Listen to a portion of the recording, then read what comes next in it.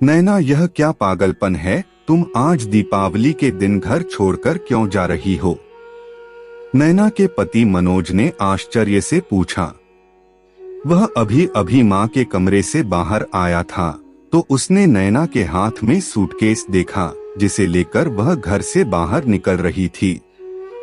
मनोज, यह पागलपन मुझे बहुत पहले ही करना चाहिए था, लेकिन मैंने नहीं किया। आज करने जा रही हूँ। अब तुम आजाद हो, अपनी माँ के साथ आराम से रहो। मैं तुम्हारी जिंदगी से हमेशा के लिए जा रही हूँ, नैना ने व्यंग्यात्मक मुस्कुराहट के साथ कहा। तुम ऐसा नहीं कर सकती, लोग क्या कहेंगे? मनोज ने घबराकर पूछा। अब मुझे किसी की कोई परवाह नहीं है। लोग क्या कहेंगे, नाते रिश्तेदार क्या कहेंगे, यही सोचकर आज तक मैंने तुम्हारी माँ के जुर्म और तानों को सहन किया, पर अब बहुत हुआ। अब मुझ में सहन करने की शक्ति नहीं है, इसलिए तुम्हारे इस महल को छोड़कर जा रही हूँ। अपने मायके की झोपड़ी में जा रही हूँ, नैना ने गंभीर लहजे में कहा। बहू, तुम्हारे बहुत पर निकल आए हैं, कैंची की तरह जुबान चलने लगी हैं, लेकिन मुझे भी पर कतरना आता है। घर के अंदर जाओ, कल दीपावली है। घर में हजारों काम हैं, घर का काम कौन करेगा? तुम्हारे बाप ने दहेज में नौकर चाकर नहीं भेजे हैं। मेरी बेटी दामाद आने वाले हैं, उनके स्वागत की तैयारी करो। इस घर में क्या कमी है तुम्हें? गरीब घर की हो तनकर नहीं झुककर रहो, जिसे तुम ताने मारना कहती हो। यह तो एक सच्चाई है, फिर बुरा क्यों लगता है? नैना की सास विमला ने गुस्से में कहा। माँ जी, मैं इस घर की नौकरानी नहीं हूँ और न ही बंधुआ मजदूर। मैं आपके बेटे की पत्नी और आपकी बहू हूँ। आज तक आपने मुझे घर की नौकरानी समझकर मेरे साथ जो भी किया, मैंने यह सोचकर बर्दाश्त किया कि एक न एक दिन मेरे पति मेरे प्यार और त्याग को जरूर समझेंगे। आपने मुझे अपनी बेटी का उतरन पहनने को दिया, मैं चुप रही। आपने जो गहने शादी में दिए थे, वह मुझसे लेकर अपनी बेटी को यह कहकर दे दिया कि वह गहने आपके हैं। मैं अपने मायके से गहने लेकर नहीं आई हूँ। अगर मुझे गहने पहनने का शौक है तो मायके वालों से मांगू। आप सबसे सामने यह दिखावा करती हैं कि मैं गरीब परिवार से हूँ, फिर भी आप मुझे पलकों पर बिठाकर रखती हैं। घर में नौकर चाकर हैं, मुझे अच्छी साड़ियाँ और गहने पहनने को मिलते हैं। घर में जब पास पड़ोस के लोग आते हैं तो आप मुझे सजाकर उनके सामने लाती हैं। यह देखकर सभी आपकी तारीफ करते हैं, लेकिन घर के अंदर मेरे साथ क्या होता है वह मैं ही जानती हूँ। जो गहने आप मुझे पहनने को देती हैं वह नकली होते हैं। साड़ियाँ ननद रानी की उतरन होती है। घर में नौकर चाकर के होते हुए भी आप घर का काम मुझसे करवाती हैं।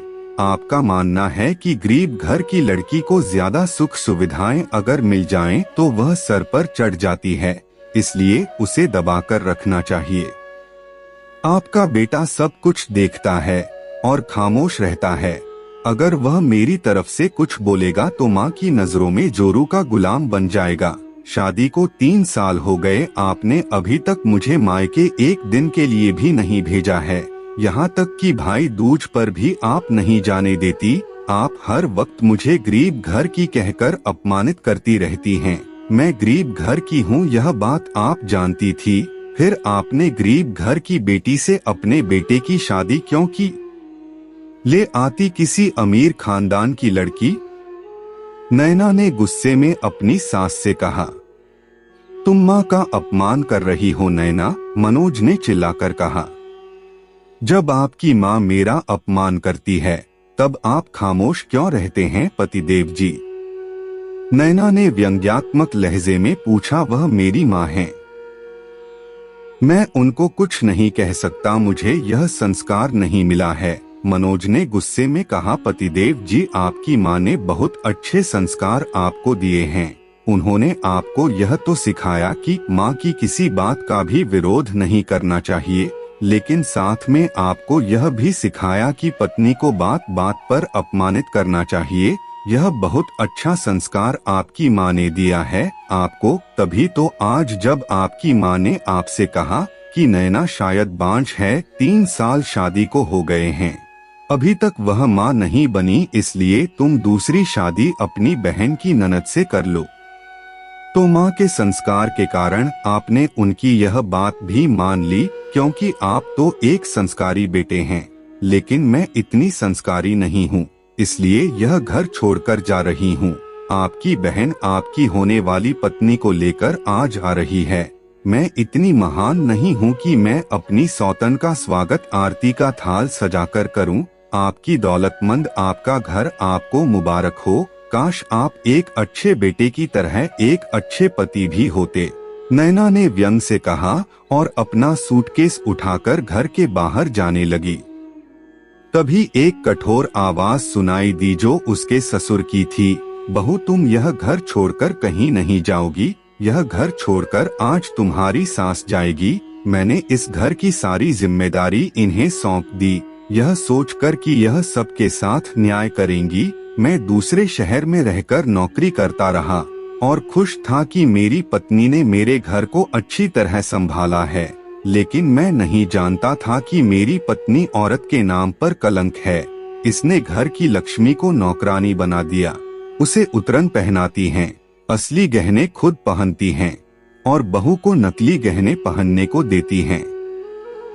और आज अपने बेटे की दूसरी शादी भी करने जा रही हैं, वह भी बिना मेरी इजाजत के। अचानक अपने पति को सामने देखकर विमला जी की बोलती बंद हो गई। उनके चेहरे पर हवाइयाँ उड़ने लगी। नैना के ससुर ने आगे बोलना शुरू किया। तुम बहू से कहती हो कि यह घर उसका नहीं है, तो यह घर तुम्हारा भी नहीं है। तुम भी गरीब घर से आई थी, क्या वह दिन भूल गई हो? मेरी माँ ने तो कभी गरीब घर की कहकर तुम्हारा अपमान नहीं किया। और मनोज, तुम्हें तो मुझे अपना बेटा कहते हुए भी शर्म महसूस हो रही है। तुम कैसे पति हो जो अपनी पत्नी का अपमान बर्दाश्त करते रहे और आज अपनी माँ के कहने पर दूसरी शादी करने को तैयार हो गए। तुम्हें दूसरी शादी करनी है, शौक से करो, पर मेरे घर में नहीं। तुम माँ बेटे इसी समय मेरे घर से निकल जाओ। नैना इस घर में मेरी बेटी बनकर रहेंगी और मैं इसकी दूसरी शादी करूँगा। आज से मैं तुम माँ बेटे को अपनी जायदाद से बेदखल करता हूँ। अपने पति की बात सुनकर विमला देवी के पैरों तले जमीन खिसक गई। उन्होंने तो कभी यह सोचा ही नहीं था कि उनके साथ ऐसा भी हो सकता है। उनके चेहरे पर शर्मिंदगी के भाव दिखाई दे रहे थे। मनोज का सर भी शर्म से झुका हुआ था। मनोज ने नैना से माफी मांगी। विमला जी भी माफी मांगना चाहती थीं, लेकिन सास का रुतबा उसको ऐसा करने से रोक रहा था। तभी उनके पति की कठोर आवाज सुनाई दी, विमला जी, अगर आप चाहती हैं कि आपको इस घर में मैं रहने की इजाजत दूं, तो आप पहले बहू से माफी मांगे। हारकर विमला जी को नैना से माफी मांगनी पड़ी। वह माफी मांगते हुए सोच रही थीं, काश उन्होंने अहंकार में आकर बहू का अपमान न किया होता, तो उन्हें आज बहू के आगे शर्मिंदा न होना पड़ता। दोस्तों, उम्मीद करता हूँ ये कहानी आपके दिल को छू लिया होगा। तो प्लीज वीडियो को लाइक करके चैनल को सब्सक्राइब कर लो।